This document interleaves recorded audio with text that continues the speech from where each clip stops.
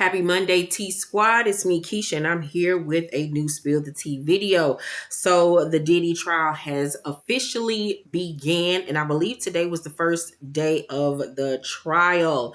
And today, Cassie's husband actually showed up to court, I guess, as representation for her to see and hear what was being said in the courtroom. Cassie is scheduled to appear on the stand at some point. She is heavily pregnant with her third child with her husband, Alex Fine. All of Diddy's children were there, minus his youngest baby girl. The twins were there. His other daughter, Chance, was there. Justin, Christian, and Albie Shure's son was there. I was very shocked that the girls were there, especially because they're the youngest of, the boys or whatever. They're in their senior year of high school, and I think they're in their senior year. I don't know about Chance. I think Chance might already be in college, her freshman year or something like that. I don't remember, but I found it quite odd that they would be in the courtroom. I mean, they are big girls. They are 17, 18 years old, but I just don't know if I would want to sit in a courtroom hearing all of these horrific, despicable things about my father that we know for a fact some of them are true. You know what I'm saying? Like, and it was a lot that was said today that we're going to get into in a minute. God bless him. Misa Hilton came with a walker. Don't know what's going on with her, but yeah, she got her own court case going on with Mary J. Blige. Diddy's other baby mama, Dana, was there. She is the baby mama to his youngest daughter. So she was there also in court today. Baby, it was a lot going on. So one of the things that was pointed out today in court was that at one point Diddy had male escort, stripper, whomever, urinate in Cassie's mouth during one of their freak offs. And she said that, it felt like she was like choking, when I can't even get it out. Like, gross. It's one of the nastiest things I've ever heard anybody detail. Like, oh my word. So the Shade Room reported today that on Twitter, they had people, lawyers or whatever, journalists in the courtroom giving blow by blow details on what was being said. So one of the tweets from the Shade Room Trial Watch says Diddy's trial resumes after an hour lunch with the police officer set to take the stand as the first witness. LAPD officer Israel Flores worked at the hotel where Diddy was seen physically assaulting Cassie in 2016. We've all seen the video footage. CNN obtained and released this video in 2024. It says that Flores says Diddy handed him a stack of money and told him not to tell anyone what he saw. Cassie says she wanted her phone and her bag. Miss Cassie says she wanted to leave Mr. Combs. Mr. Combs said, "You're not leaving. I saw inside the room a male, black, wearing dark clothes. Combs then called for me. He was holding a stack of money not to tell anyone." So he tried to bribe a police officer. Like, you think that you're untouchable and how of all of the drugs that you think that you were about to be able to bribe a police officer. I mean, it's obvious that he's probably done it before and had a lot of people in the NYPD probably, working for him or paying them off. I mean, he was Diddy. Let's not get it twisted. So Flores says that he denied the bribe, saying, "I don't want your money. Just go back into your room." He claims he pinned Diddy to the wall after the mogul accused him of recording him. Ew. Wow. So things got physical. Whew.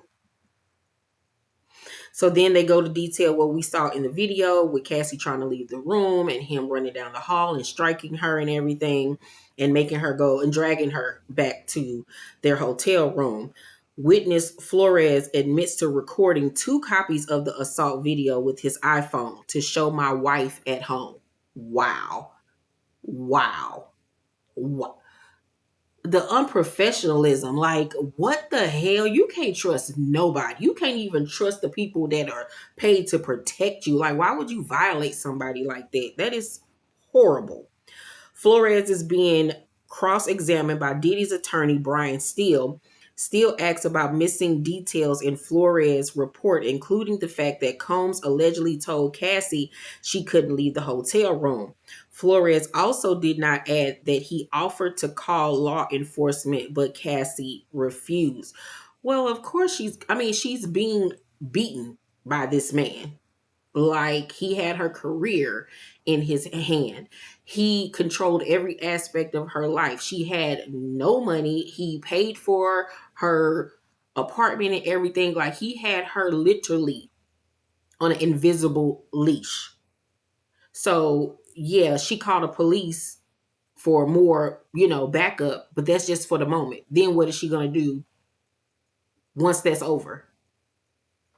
Come on now. So, I understand that the defense got to make her look bad and all of this type of stuff. But, like, let's be real. Then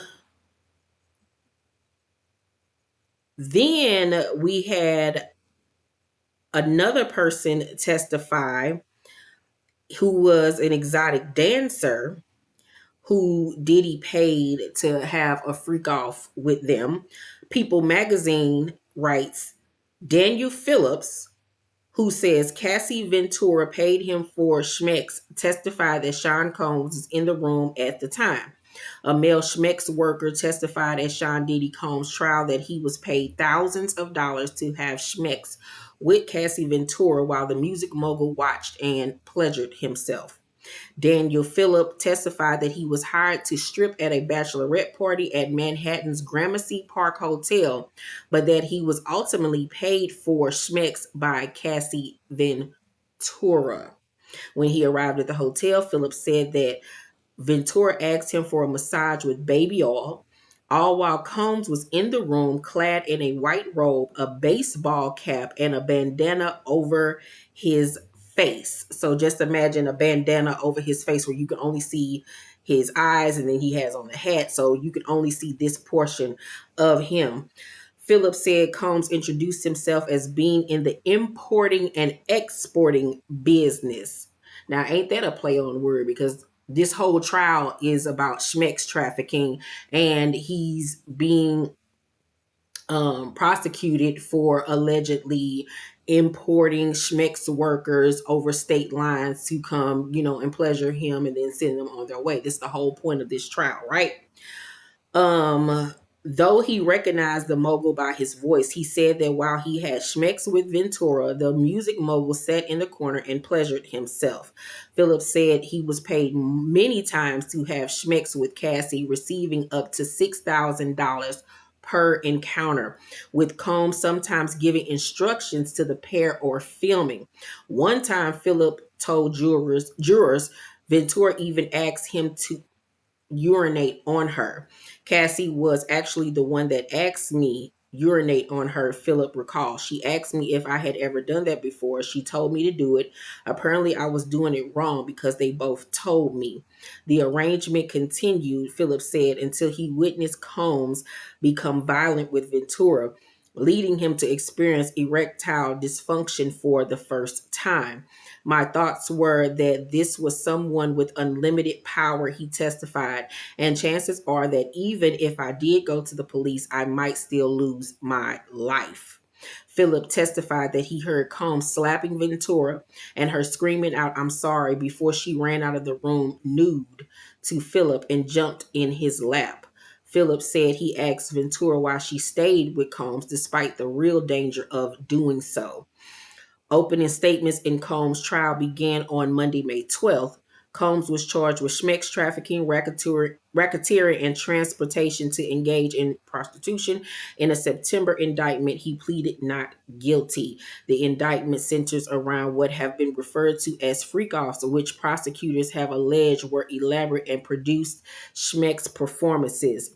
In the indictment, prosecutors also referenced surveillance videos from a Los Angeles hotel appearing to show Combs assaulting his Ventura in 2016. Ex-hotel security guard Israel Flores, also he was just a security guard, not a police officer, but testified on Monday that Combs attempted to bribe him with $100,000 to keep silent about the incident and prevent any surveillance tapes from reaching the public. Ventura is expected to testify on Tuesday, which is tomorrow. Wow. Wow, this is going to be crazy. This is going to be crazy. Now, I saw a lot of people in comment section saying, why are they shaping this whole trial around Cassie? She was paid off. So this is not a DV case. This is supposed to be about schmex trafficking. Well, that's why they're building the case around the Cassie situation, because she was a person that went through the most with him. And she had already alleged in her lawsuit that he was bringing in people. He had her and one of his business associates bring in, schmex workers to do these freak offs. She would be the one that would have to go find them, hire them, pay them, and all of those things. But she was doing it because he told her to, right?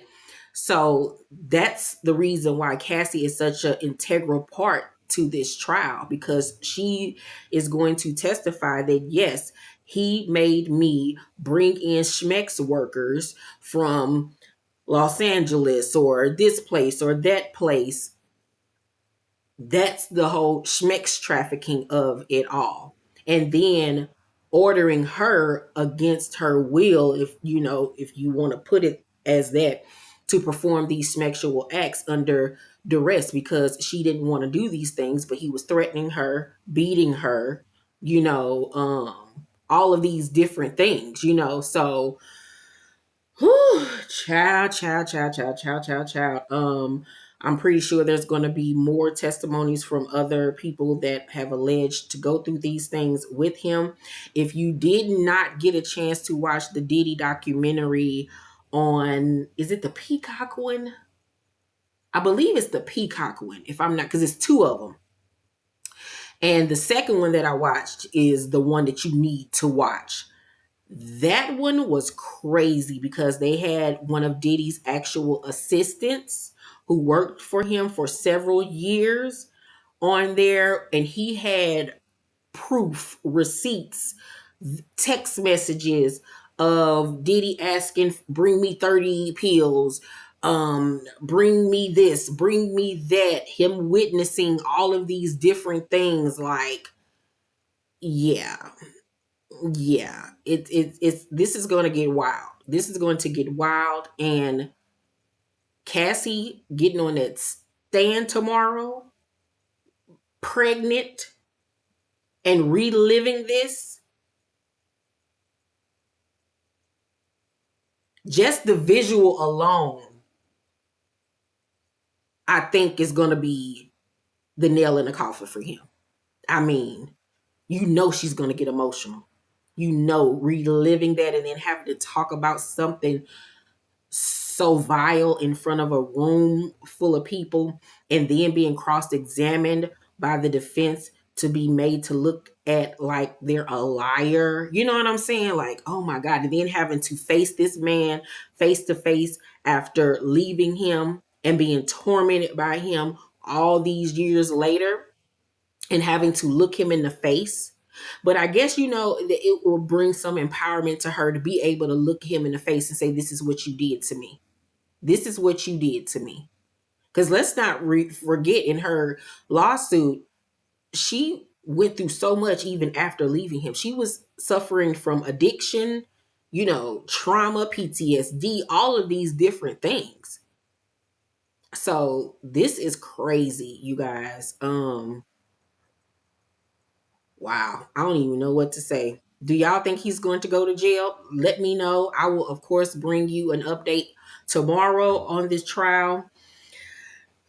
We just getting started, y'all. We are just getting started. Let's talk about all of this down below in the comment section, you guys.